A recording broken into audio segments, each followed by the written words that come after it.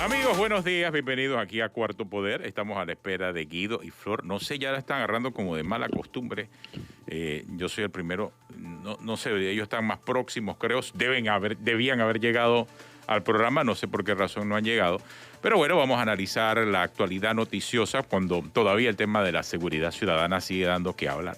Esta mañana conversamos con el alcalde de San Miguelito, Héctor Carrasquilla, sobre ese tema, porque él particularmente estaba en el ojo y señalado por todo el mundo, ya que mantenía en su planilla a Ovidio Mar Castro, la persona que fue herida mortalmente el fin de semana en Multiplaza.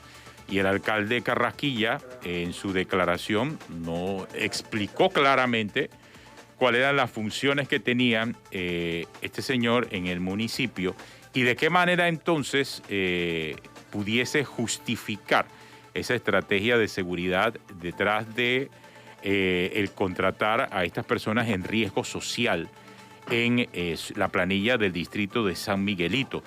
Quedó pendiente ese tema, pudimos analizar después con el comisionado Irving Muñoz los temas de estrategia de seguridad ciudadana y vimos que es esa falta de estrategia precisa la que pudiese estar provocando los problemas de seguridad. No es que no se puede estar contratando sin ningún tipo de seguimiento a personas o a jóvenes o a adultos, porque él decía que tenía adultos inclusive en el programa que tienen una segunda oportunidad. Entendemos el concepto de la segunda oportunidad. Lo que no entendemos es la falta de seguimiento a esa segunda oportunidad que pueden estar recibiendo las personas en estos programas, en los diferentes municipios, porque si eso pasa en el municipio de San Miguelito, no sé si está pasando algo similar en el municipio de Panamá o en cualquier otro municipio del país. Guido, buenos días. No ha llegado Flor, pero buenos días, Guido. Buen día, no encontré las efemérides aquí, por eso bueno, arranqué fue a hablar de las noticias del día. Está bien. No te preocupes. Hoy es el Día Internacional de los Afrodescendientes y el Día Internacional de la Solidaridad.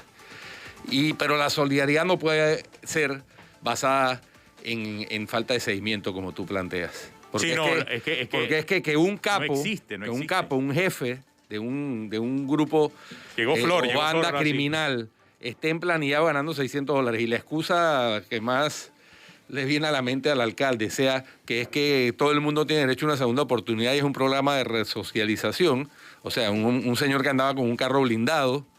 Es decir, ¿por qué con nuestros impuestos tenemos que estar apoyando ese tipo de personas? Que busquen la resocialización en la empresa privada, ¿por qué lo tenemos que pagar todos? Y entonces, ¿dónde está la seguridad de los contribuyentes? Y entonces hago clic inmediatamente con el anteproyecto de ley de las segundas oportunidades. De las segundas oportunidades, de borrar el récord policivo. No era borrarlo, era limitarlo. Bueno, limitarlo para que las personas, los empresarios no lo puedan exigir. Es correcto. Entonces, si la segunda oportunidad se la da el municipio o lo emplanilla en una entidad estatal y a los empresarios privados no se les puede pedir o no pueden exigir el récord policivo, imagínense. Y encima eliminar las penas accesorias, de paso, pues, también.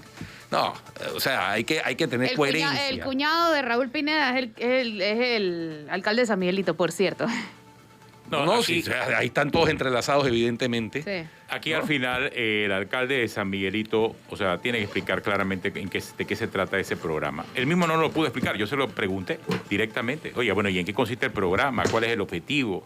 ¿Cuáles son los alcances que se busca? ¿Cuántas personas están involucradas? Y me dice que, bueno, entre 30 o 40. O sea, pero espérate, 30 o 40 pueden ser 50 o 60. Hay un 25% de diferencia entre una y la otra, ¿no? Claro. Sí, pero es que una cosa es... No se sabe. Una cosa es darle una oportunidad, y eso era parte del programa Barrio Seguros, darle oportunidad a jóvenes en riesgo social que no consiguen oportunidad de trabajo y entonces son presa fácil de las pandillas. Una cosa es eso. Y otra cosa muy distinta, tener emplanillado a un capo, a un jefe de una banda. Es que son, no sé si me explico, son parámetros diferentes. Pero es que un sujeto que andaba en carro blindado. Ahí viene el cuestionamiento a Barrio Seguro también, porque es que es similar, es la misma historia. Tú no puedes diferenciar entre, bueno, resulta que este sí es capo y este no. No, pero si hay diferencia, te enojes, porque cuando tú tienes un joven de 18 años que sale del colegio y no consigue trabajo, y va a ser presa fácil de una banda criminal, lamentablemente es no diferente se a uno está- que ya tiene un recorrido en el crimen organizado. No se utilizó ni se está utilizando un análisis científico del problema. Y ayer lo estaban En teoría, planteando. Barrio Seguros era para pelados que no habían delinquido ¿Y todavía. en qué quedó? Lo quitaron en diciembre del 2018. No, lo pero- que yo te pero estoy ¿y en diciendo qué es quedó? que hay una diferencia ¿En qué entre quedó? alguien que Porque- ha sido condenado y alguien que no ha es no ha más, reincidido. Es que el tema ni siquiera es la condena, sino el tipo de delito. Porque Eso sí. no es lo mismo alguien que se roba una iguana, alguien que hurta, alguien que comete algún tipo de problema de violencia menor, no mayor, a una persona que está en el crimen organizado, a una persona que está involucrado en temas de lavado de dinero, una persona que está involucrado, y cuando hablo de lavado de dinero me refiero específicamente al pandillerismo y la consecuencia principal del que trae el lavado de dinero producto de ese pandillerismo, y que las autoridades saben quiénes son. Entonces no puede ser posible que involucre en estos programas a este tipo de personas porque obviamente le traen problemas no solamente al programa, a la misma autoridad, ya sea un alcalde, un representante, el presidente de la República, el que sea. Entonces termina siendo un programa no necesariamente científico y con el objetivo de resocializar, sino con el objetivo de crear una especie de muro de contención para evitar el avance de las pandillas. Y aquí entonces estamos viendo las consecuencias. Lo que pasa cuando solamente les das plata y no los resocializas es que cogen la plata y no se resocializan. O sea, es eso, básicamente. Sí. Suena muy básico, pero es que es básico.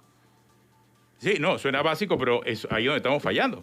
Porque Oiga, si aquí- las estadísticas estuvieran claras, pudiésemos ver lo que pasó con Barrio Seguro, las decisiones que tomó, por ejemplo, el alcalde de San Miguelito para contratar a estos señores, o sea, pero no la estamos viendo. El mismo alcalde lo confesó, el Sí. mismo alcalde lo dijo, así que ¿qué podemos hacer? No, Confesión eso de ahí- parte, relevo de pruebas. Eso ahí evidentemente es el hacer con la plata ajena, la plata de los contribuyentes, la plata del Estado, hacer lo que mejor nos parezca. Y eso así no se puede manejar ningún Estado ya te medianamente digo, serio. Y yo no me opongo porque realmente yo sí creo que toda la gente tiene derecho a una segunda oportunidad. Sí lo creo, pero hay métodos científicos probados internacionalmente y administrados por ONGs y también por organismos internacionales que te pueden dar una buena luz para poder orientarlo.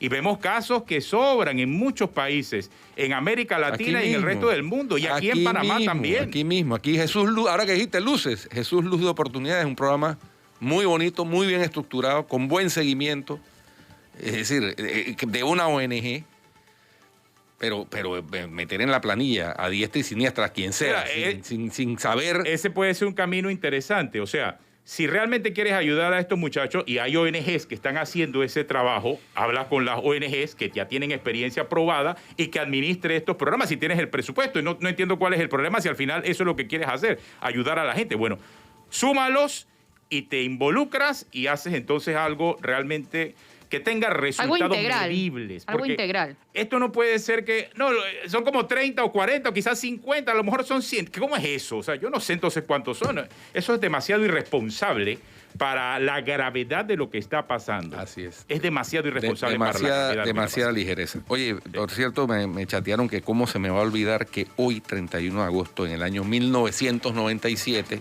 falleció en un accidente de tránsito en París la princesa Diana Spencer, Diana de Gales. Bueno, ahí está para el radio escucha que nos chateó a recordarnos eso. Oye, sí, 31 de agosto, 1999, creo. 97. 97 fue. 1997. ¿Cómo pasa el tiempo? Increíble, hace tanto Sí. tiempo eso. ¿Tú cuántos años tenías en el 97? 13, Flor no había nacido. 97, 12. Oye, Flor no había nacido a la vida. pero hay otro A tema la también. vida Flor pública. reventó hoy el tema del Instituto de Salud Mental. Y eso sí, de verdad que hay que prestarle mucha atención porque se habla de un infierno para los pacientes, personas que están siendo víctimas de humillaciones, actos libidinosos contra mujeres, maltratos, amenazas.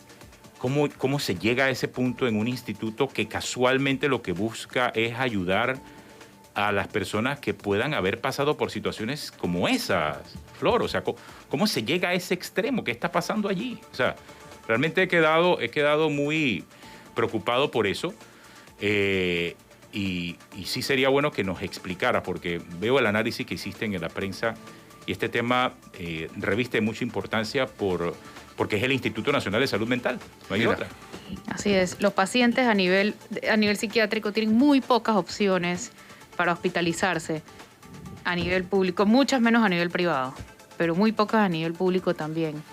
Y que se estén dando estos abusos, hoy hay tres testimonios, mañana tengo otros 3, y son uno más triste y vergonzoso y grave que el otro.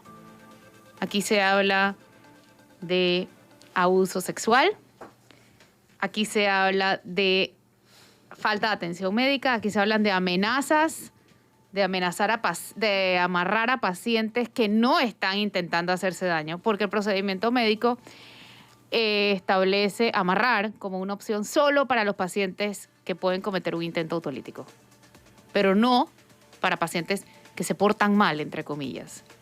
Y las amenazas ante cualquier queja de los pacientes, según lo contaron ellos mismos en la nota, es te vamos a amarrar. Pero vi que entrevistaste a la directora del Instituto de Salud Mental, la doctora Juana Herrera. La entrevisté. Sí, y los empleados que han sido denunciados siguen en sus cargos y seguirán abusando de ella confirmó que sí otros se han pacientes. dado esos casos, por lo que veo, ¿no? Ellos tienen 3 casos en proceso, en curso, pero bueno, aquí tienen otros 3 para investigar, pues. ¿Por qué?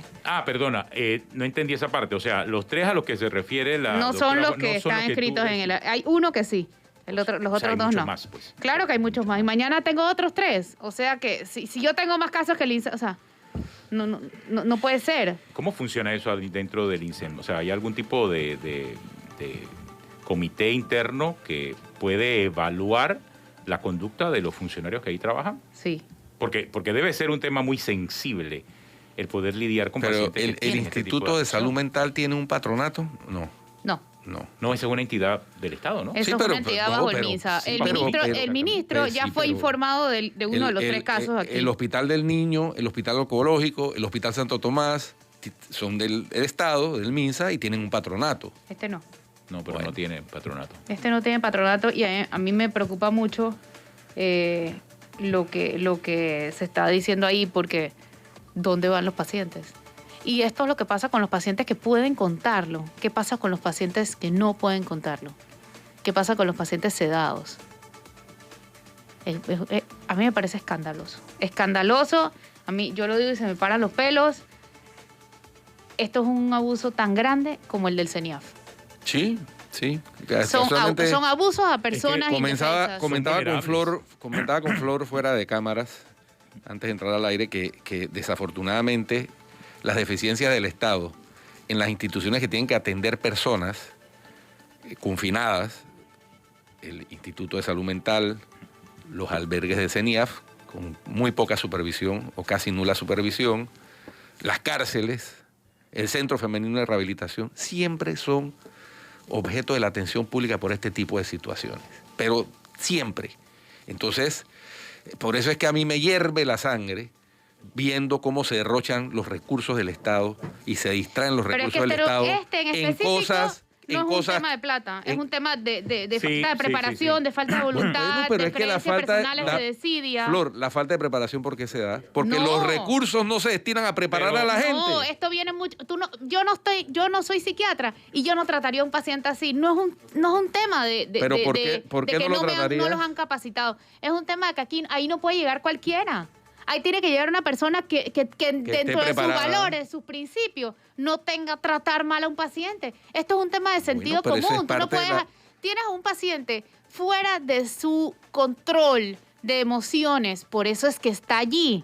No para que le digan que si no te callas te amarro. Exacto. Porque si está ahí es porque no se está Flor, pudiendo calmar. Flor, pero es que esa preparación y ese examen de cómo debe hacerse el ingreso de personal que va a trabajar atendiendo a ese tipo de personas requiere un presupuesto, requiere recursos. Eso no Yo no te se da silvestre. yo no te quito la razón en Eso lo no del se da presupuesto, silvestre. no te quito la razón del presupuesto, pero hay mucho de sentido común, de humanidad. Y aquí se trabaja mucha gente trabaja con las uñas sin presupuesto.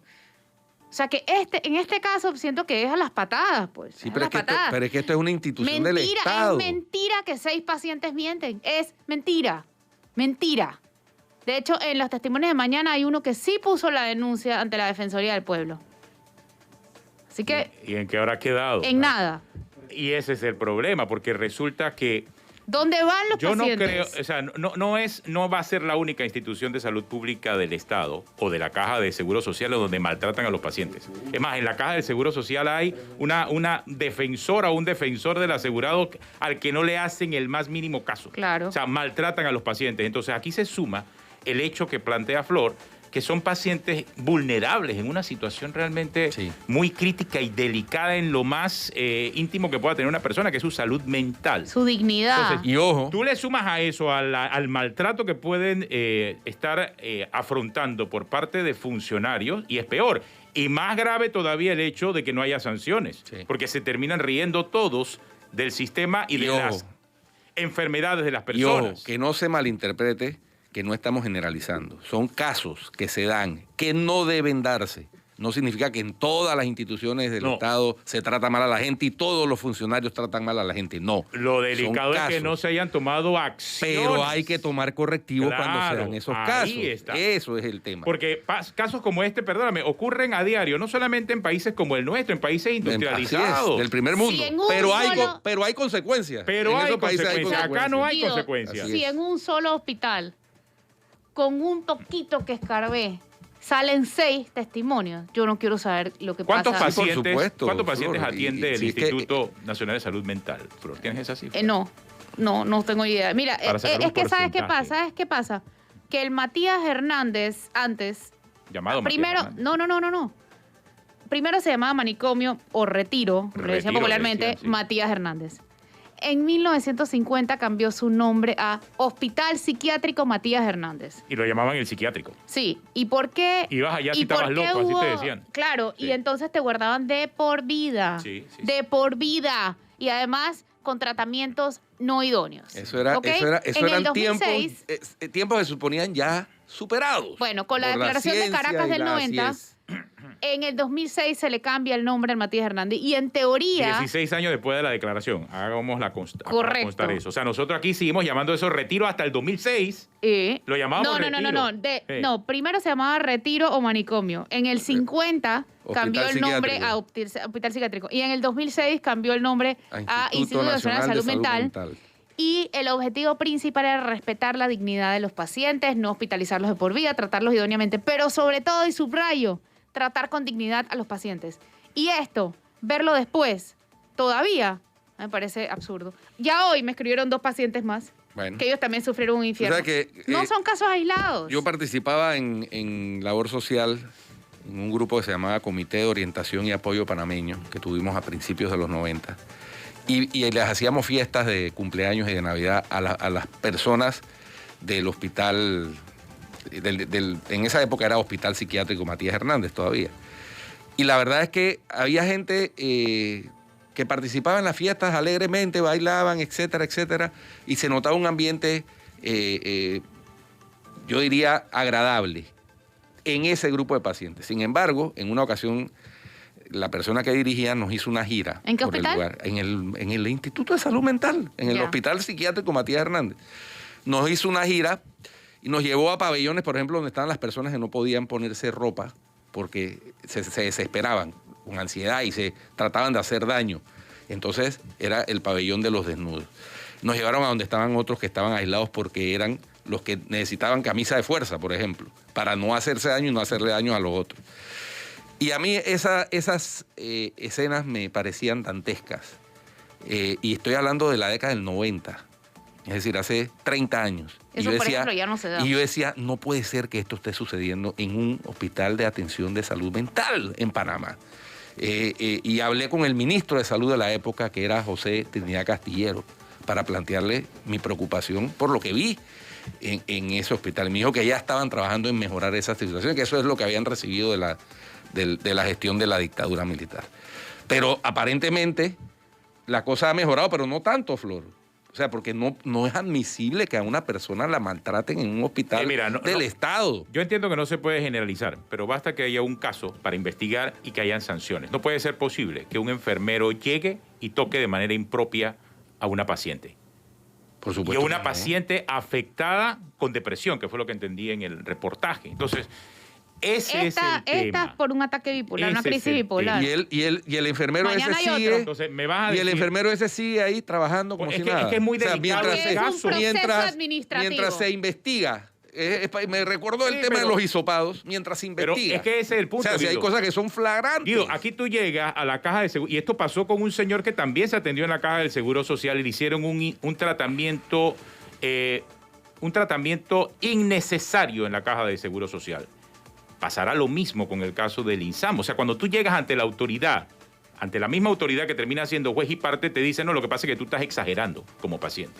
Y le van a decir entonces a la joven, no, lo que pasa es que tú soñaste eso que el señor te hizo. No, pero lo que pasa es que Flor no está reflejando un caso, está reflejando muchos casos similares, entonces ya tienes un problema. Sí, y son los Le que- corresponde a la y administración son los que, tomar cartas en el y son los asunto. que una periodista en una investigación ha logrado. Imagínense los que se quedan por fuera. ¿No? El Estado le falla nuevamente a la gente. Es que, Terrible. y ya te digo, estamos viendo el caso del IMSAM. Yo denuncio a cada rato los casos en la caja de Seguro Social, en donde los asegurados son víctimas de administrativos, de médicos y de todo el mundo, y ahí nadie hace absolutamente nada porque parece que son intocables. Entonces, imagínate, personas que tienen otro tipo de padecimientos, pero aquí estamos hablando de personas con Ojalá. un padecimiento muy particular, una enfermedad que está afectando su conocimiento. ¿Sabes qué es lo más triste? Ah. Que no solamente está pasando en el INSAM. En Chiriquí hay 2 casos en investigación en este momento. El camillero está preso desde abril. Y en el 2012, hace 9 años, hubo un caso en el paido psiquiátrico del Seguro Social. Es la única sala paido psiquiátrica que es atención de psiquiatría infantil en todo Panamá.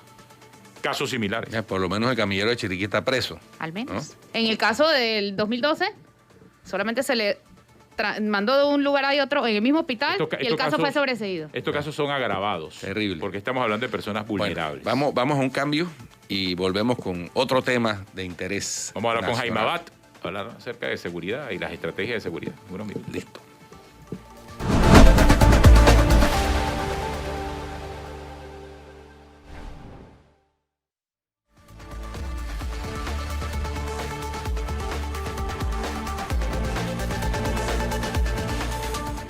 Hola, ya estamos de regreso con más. Tenemos a nuestro invitado en línea. Nuestro invitado de hoy es Jaime Abad. Jaime Abad. Jaime Abad está con Jaime nosotros. Abad, ex director de la PTJ, de la antigua Oye, Policía y Técnica Jaime- Judicial, y quien se ha dedicado mucho tiempo al tema de seguridad, desde su óptica, como abogado también, criminalista, y como haber tenido la experiencia de dirigir la policía de investigación. Y que ha trabajado en planes y estrategias de seguridad, De seguridad en este país. también, Yo creo que hay así que es. destacarle ese trabajo a Jaime. Y yo creo que siempre hay un problema, es en la ejecución de esos planes y estrategias de seguridad, porque al final los políticos se meten y quieren hacer lo que les da la gana porque ellos se sienten los que saben más de seguridad. Y ese es parte del problema. Tajo, y si son uniformados, peor. Uf, peor todavía. Jaime, que es civil, pero que sí han visto este tema y el problema de seguridad. Jaime, buenos días, gracias por acompañarnos. Cuéntanos acerca de esa experiencia que tú has tenido y que acá nosotros vemos que los políticos como que lo ven nada más en función de 4 o 5 años y se le olvida que la seguridad es algo a largo plazo. Cuéntanos, Jaime, buenos días.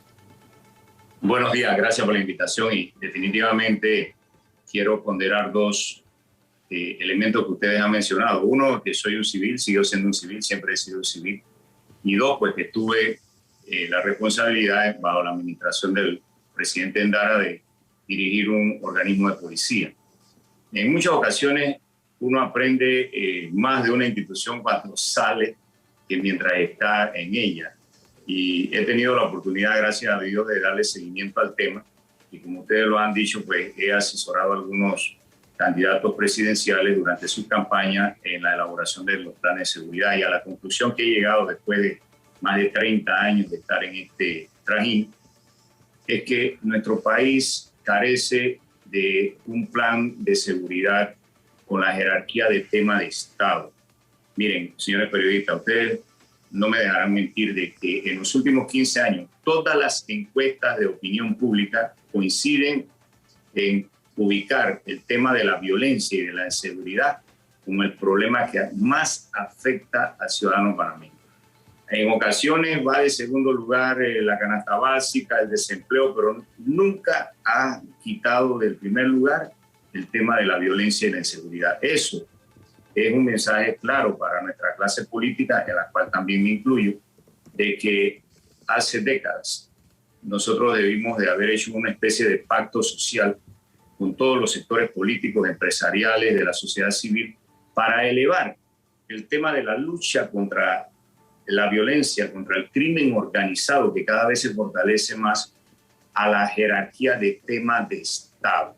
Lamentablemente eso no se ha logrado y yo pienso que la actual administración y las que vendrán seguirán elaborando planes del momento, planes a 5 años, a 3 años, también dependerá del director o de los directores de los componentes de la fuerza pública. Yo pienso que esos funcionarios, los que han pasado, los que vendrán, de muy buena fe, llegarán con todo el ímpetu, el ánimo de arreglar y de controlar las cosas. Pero si no existe un plan integral con naturaleza de tema de Estado, los esfuerzos que estos funcionarios realicen al final se van a ver mediatizados por la falta de recursos, por la falta del apoyo político, del apoyo gubernamental, por la falta del apoyo de la sociedad civil, que es la que debe de involucrarse como el primer anillo perimétrico de seguridad en todo ciudadano y en toda familia. Jaime, aquí ayer analizábamos o tratábamos de analizar también con Severino Mejía, actual funcionario del Ministerio de Seguridad, entiendo que él es asesor. De la presidencia, coordinador de planes y proyectos de seguridad de la presidencia. Bueno, y con el ex ministro de Seguridad de la administración anterior, de la primera parte de la administración anterior, Rodolfo Aguilera, el tema de la penetración del narcotráfico en la política. Y decíamos que si bien desde el 2010 para acá, quizás 2009 para acá, se han hecho declaraciones a mi parecer semánticas por parte de altas autoridades del Estado, en el sentido de que el narcotráfico ha penetrado o busca penetrar la política, esas declaraciones no pasan de ahí y no se hace señalamiento directo que pueda judicializarse hacia los que ya están metidos en la política y que tienen vínculos con el narcotráfico. Y decíamos ayer que así comenzó el deterioro en la década de los 80 en la hermana República de Colombia. Y llegó a un punto en que se salió de control, es decir, el narcotráfico le declaró la guerra al Estado, ya una vez que lo tenía infiltrado. Entonces, como nadie experimenta en cabeza ajena, pero la experiencia ajena sí debe servir para uno poner las bardas en remojo, como se dice, nosotros quisiéramos tus consideraciones sobre este tema tan delicado, tan sensitivo, que estamos viendo en Panamá. Mira, es bueno conocer el pasado y las experiencias que hemos tenido en esto para dimensionar la verdadera realidad y la extensión del problema actual. La penetración del crimen organizado, no solamente del narcotráfico, otras modalidades de crimen organizado en la política, en lo personal, a mí me quita el sueño, me preocupa demasiado. Pero remontémonos al pasado. Mire, durante la dictadura militar, sobre todo en los últimos 10 años, el Estado panameño se convirtió en una agencia de los carteles suramericanos. Yo creo que aquí ustedes recuerdan que incluso en el Hotel Caribe, en Avenida Perú, cuando los dos carteles principales de Colombia estaban en una guerra pero intensa, se hizo un alto y los dirigentes de esos carteles se reunieron y se hospedaron en ese hotel y fueron custodiados por la Fuerza de Defensa para que supuestamente enterraran el hacha allí, estuvieron una semana en conversaciones, todo ante la mirada del mundo, del planeta. Y hay que recordar que el principal personero de ese régimen militar, una vez fue defenestrado por la invasión norteamericana, fue procesado en los Estados Unidos por cargos de narcotráfico. O sea que nuestro país estaba al servicio en toda su institucionalidad, la fuerza pública y el sistema judicial al servicio de la narcomafia. Vamos al periodo de la posinvasión. Recordemos casos sonados como José Castrillón Henao, que era el contable, el financista de los carteles suramericanos. Él salió aportando a un candidato, a todos los candidatos de la campaña política que se dio en el 94 y que posteriormente incluso quien resultó electo salió reconociendo este hecho y devolviendo los cheques, que creo que uno era de 50,000 y el otro era de 70,000, que aportó a su campaña, Y así, si seguimos, en cada administración hubo su narco, su escándalo y la penetración en la política. Pero hoy en día a mí lo que me preocupa es que el crimen organizado está bajando a los niveles de los representantes de corregimiento, alcaldes, y eso sí debe llamarnos la atención, porque ya se está metiendo en la célula administrativa básica de los gobiernos. ¿Qué no decir de la Asamblea? Hemos visto casos sonados en las últimas administraciones que revelan, sin lugar a dudas, que el crimen organizado ha penetrado a la sociedad política. Y como ustedes lo dicen, todavía no ha habido una respuesta institucional contundente, organizada y sobre todo ejemplarizante en contra de esta actividad. ¿Por qué tú crees que, y quizás, bueno, tú que has podido estar y navegar en todas esas aguas, Jaime, ¿por qué no hay interés de parte de estas fuerzas políticas en hacer algo sobre el tema? Y esto te lo digo con el conocimiento de toda la serie de planes que se han anunciado, que se han implementado algunos, llámalo barrio seguro, llámalo mano dura, llámalo como tú quieras.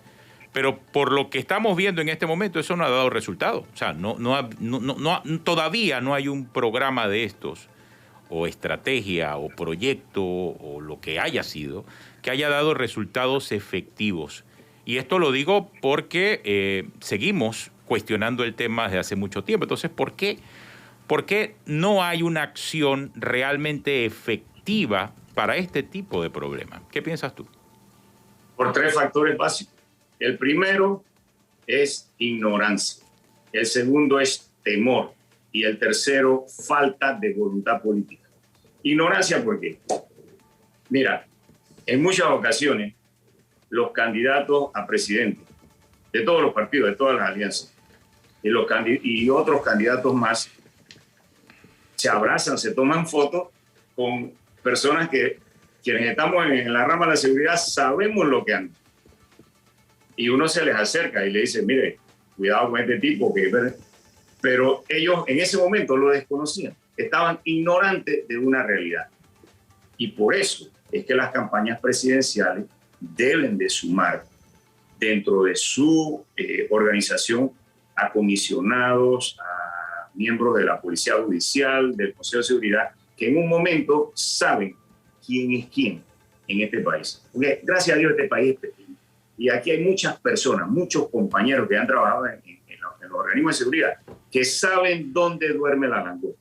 Y los candidatos presidenciales, los candidatos a altos cargos, diputados y demás, deben de asesorarse por estos parámetros.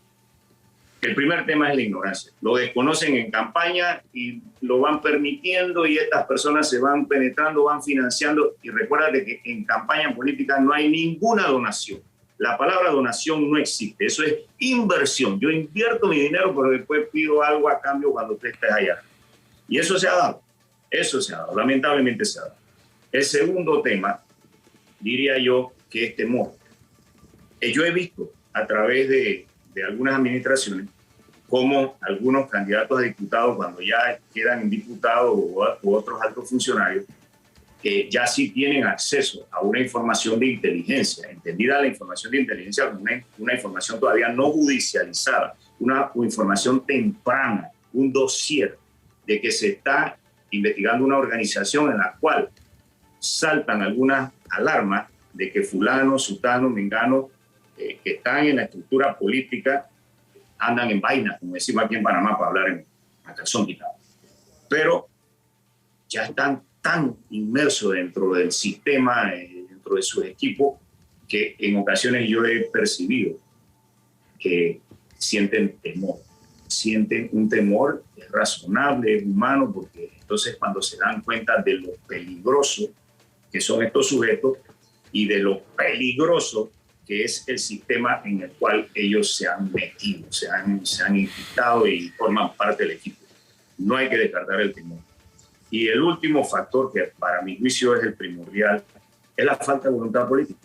porque los funcionarios públicos, cuando llegamos a un cargo, por más temor que tengamos o por más ignorantes que estuvimos de una situación, una vez se nos pone en conocimiento y una vez tenemos la oportunidad de desatar en contra de esta actividad criminal, el Ministerio Público, los organismos de seguridad del Estado, tenemos que hacerlo, pero ahí es donde yo pienso que muchas veces se da el fenómeno de que cuando los funcionarios llegan ya a su cargo y todo, simplemente ya no les preocupa. Es lo que yo llamo una ausencia de voluntad política y muchos comienzan a pensar en las próximas elecciones y todo, y no le dan a este tema una prioridad que se requiere. Y lamentablemente eso, el resultado es que aumenta la criminalidad incluso común. Mientras más problemas de crimen organizado hay, eso permea hacia abajo e igualmente el panameño de a pie sufre más asalto en su residencia, en las paradas de buses, porque la violencia es un círculo. Mientras más violencia se genera a altos niveles, eso permea hacia abajo y la sociedad como tal se va descalabrando. Cuando tú hablas acerca de eso, de las advertencias que le hacen los expertos en seguridad a las campañas, me imagino que es por experiencia propia. O sea, hay muchos candidatos y también me imagino que te refieres a presidenciales o presidenciales que saben con quién se están tomando fotos. O sea, ellos son advertidos y de todas formas se toman la foto y de todas formas siguen hablando con la gente, por lo visto, entonces. En ocasiones ha pasado porque cuando yo he visto compañeros, incluso este servidor lo ha hecho, esos candidatos en primer lugar lo que dicen es prueba, dame prueba.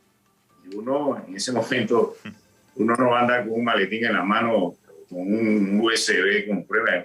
Uno, humildemente, yo he visto a muchos compañeros que incluso se han retirado de campañas políticas por la forma en cómo son repelidos o rechazados cuando de buena fe tratan de hacer una advertencia. Y también entiendo a muchos candidatos, porque hay veces que en el mundo de la inteligencia no existen informaciones ni siquiera preconfirmadas, sino que muchos son bochinches y se aprovecha también para hacer las especies de lo que se llama las camas políticas. Claro. Yo hablo mal de fulano porque lo quiero desarticular en su candidatura en tal circuito o en tal alcaldía. Y entonces esto también se presta mucho para que se abuse de información de inteligencia. Así que mi recomendación a diferentes candidatos que me han pedido apoyo es que formen al inicio de su campaña un círculo bien cerrado de personal que ellos en un momento dado en su vida pasada hayan tenido contacto, comisionados, jubilados, funcionarios del Consejo de Seguridad, de los diferentes organismos en los cuales ellos hayan tenido algún trato directo y que ese círculo sea el que procese toda información, que puede ser bochinche, repito, llega ante ellos de advertencia en el curso de la campaña política y después de. Ese anillo es muy importante. Ahora, lo que a mí me parece lamentable, cuestionable, es que una autoridad del Estado que asuma la responsabilidad como autoridad del Estado, de cualquier nivel, del presidente para abajo, en el órgano judicial, del presidente de la Corte para abajo, juez municipal, y en la policía, del director de la policía para abajo, pasando por los comisionados, no actúe por miedo frente al narcotráfico. O sea, eso sí es terrible. Porque uno no es que justifique, pero puede entender que haya complicidad. Pero que una persona que está ejerciendo un cargo, que juró cumplir y hacer cumplir la ley, no actúe por miedo al narcotráfico. Eso yo puedo entender que hay un temor, si se quiere, frente al crimen organizado por las acciones violentas que ellos suelen utilizar, pero es que ese temor lo debe tener la ciudadanía, pero una autoridad encargada de reprimirlos y de combatirlos no puede alegar que tiene temor. Pienso yo, no sé si estoy en el mundo ideal, ¿no? Pero me parece. Yo creo que el miedo es normal, pero hay que actuar aún con el miedo. El miedo es una lo que estoy diciendo es que humana. no se puede paralizar por el correcto, miedo. O sea, no puede miedo, actuar esgrimiendo que es que por temor al narcotráfico. Por supuesto. O sea, el miedo es un sentimiento humano, no importa si estás en poder o no en poder. Lo importante es que si estás en poder, actúes a pesar del miedo. Bueno, ustedes formularon la pregunta y ustedes mismos se contestaron. Yo coincido plenamente con lo dicho. Bueno, gracias Jaime por acompañarnos aquí en Cuarto Poder. Creo que tu experiencia es importantísima y el trabajo que has hecho también vale mucho. Siempre a la orden. Sí, gracias por acompañarnos. Gracias. Muchas gracias, Jaime. Saludos. Tenemos una pausa, ya regresamos a Cuarto Poder.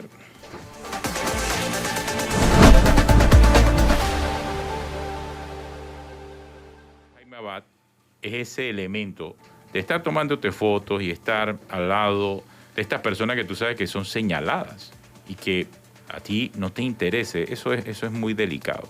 Y más aún si vas a una candidatura presidencial, o sea, más aún si vas a...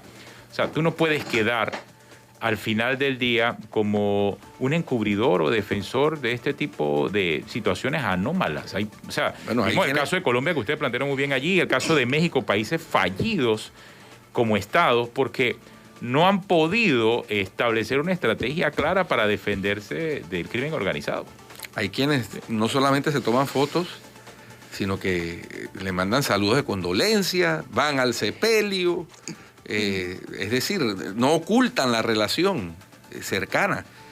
Y más allá de una amistad, ¿no? Vínculo, incluso vínculo de carácter de intereses, en algunas ocasiones económicos, políticos. O sea, es que es un tema delicado, porque es que el Estado por naturaleza está llamado a luchar y a combatir ese tipo de actividad ilícita, no a coparticipar de la manera que se quiera, no, si se quiere no institucionalmente, pero aisladamente con personeros del Estado, de elección popular, o policías, o comisionados. Hemos visto cómo hay policías y comisionados y oficiales de la policía envueltos en temas de narcotráfico. Emplanillados en la mafia. ¿No? Así es. Entonces, es un tema sumamente delicado, pero que tiene la obligación de cualquier autoridad estatal es pararse firme y combatir eso. No puede permitirse, porque eso hace peligrar la democracia. Tanto o más como que la corrupción. Tanto o más que la corrupción. Y veámonos en el ejemplo de Colombia. Colombia fue un estado fallido durante determinado tiempo, donde el narcotráfico hacía y deshacía. Y así mismo empezó. Intentó poner presidentes, ¿no? Senadores. Como no pudo presidente, entonces senadores. Asesinaron a candidatos presidenciales que les eran incómodos. Galán. Volaron aviones con pasajeros, cientos de pasajeros. O sea, eso es lo que queremos ver en el futuro para Panamá. Y me perdonan si estoy exagerando un poquito, pero es que no estoy exagerando. Estoy diciendo algo que ya sucedió aquí, al lado. Entonces, nosotros no estamos vacunados contra eso. Y tenemos que exigirle a las autoridades que sean el valladar frente a ese tipo de penetración. No hay alternativa. No se puede congeniar con el crimen organizado. No, es que son como el agua y el aceite. O sea, la verdad, digo, hasta ahora no sé si es que los políticos no lo han visto de esa manera, pero no puede haber coincidencias en eso, porque realmente no es lo que como país merecemos ni necesitamos en este momento. Y ahí entra un tema básico, fundamental, ahora que se están discutiendo el paquete de reformas electorales en la Asamblea, que es el financiamiento de las campañas políticas. Porque es que esa es la manera en que han logrado entrar al ruedo político, ¿no? Financiando primero a candidatos y luego financiando sus candidaturas, ellos mismos, y obteniendo los resultados, como lo dijo Jaime Abad, a nivel de corregimiento, en la base misma de la organización de los gobiernos locales. Así es.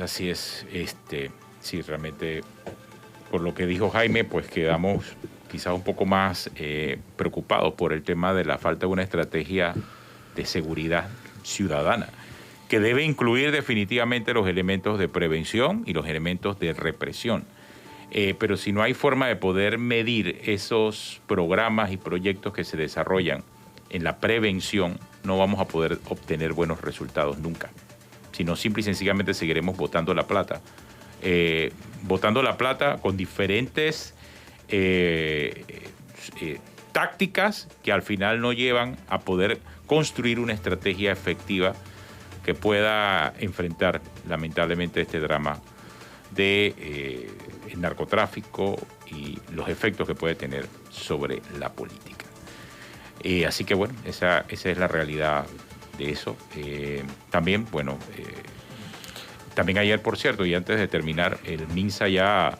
¿Vieron lo que pasó con el tema de los hisopados? Se suspendió todo el tema de los hisopados para las islas, se permite la movilidad. Movilidad sin restricción. Se eliminó lo de los viajeros viajeros en Tocumen. Siempre y cuando vengan vacunados. Sí, así. Y entonces van a salir los antivacunas a decir que es que están haciendo segregación. Ya verás, Atenoje, que es una segregación. Pero ese es el camino, se necesita.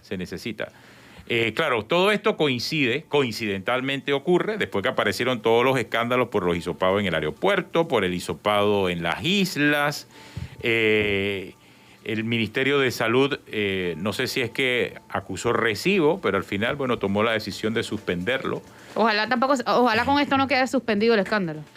¿Tú piensas que algún escándalo de esto va a tener respuesta todavía? No. Mira, hoy hay otro. ¿En qué ha quedado la vacunación clandestina? ¿Alguien se acuerda? Dice que le van a formular cargos a 2 personas adicionales. Flor, tú que estás metida ahí, ¿puedes revelarnos algo o no? La primera semana de agosto se pidió llamamiento a juicio, imputación de delito contra la salud pública contra las 2 personas que organizaron jornadas de vacunación. Ellas son Denis Vega y Celín Gazal. Ok. O sea que esas sí están... Hay un avance, por lo menos. Hay un avance en eso. Sí. Hay un avance. Claro, ¿serán esos los responsables directos? ¿Son los autores materiales? ¿Son los intelectuales? Y es un tema que le corresponde a la autoridad judicial, ¿no? Es algo más que tener solamente al vacunador preso. Exacto. Por cierto, el que ayudó al vacunador, o sea, el segundo de él, todavía está prófugo. El tal Aarón. Sí, ese era el conductor de la carroza fúnebre, ¿no? No, el conductor de la carroza fúnebre era Abraham. Era Abraham, ya. Ajá. Entonces Aarón está prófugo. Bueno. Oye, y para cerrar con una buena noticia del campo deportivo, el panameño Andrés Andrade, defensa central de la selección nacional, contratado para jugar con el Arminia Bielefeld, de la primera división de Alemania. Es el segundo panameño en jugar la Bundesliga. El primero fue Kevin Kuranyi, que era panameño y que aprendió a jugar fútbol en Panamá, por cierto. Jugaba ahí en la cancha del 28 de septiembre, que se llamaba el San Miguelito, cuando era cancha de gravilla, incluso, eso no tenía grama. Y ahora Andrés Andrade, defensa central. Así que esa es una buena noticia. Ojalá para incentivar a los muchachos en su partido del jueves frente a Costa Rica, el primer partido del octogonal de la roja de la selección. Y que va a estar interesante, ¿eh? Vamos a poner a prueba también el tema de la estrategia de vacunación. Ya por lo menos, ya hay más de 10.000 boletos vendidos, más de 10.000 personas. Sí, hay todo un procedimiento para poder ingresar al estadio. Hay que ver. Bueno, terminamos. Si siguen en Telemetro, viene el brunch y en RPC Televisión, conéctense con la estrella. Hasta mañana. Hasta mañana.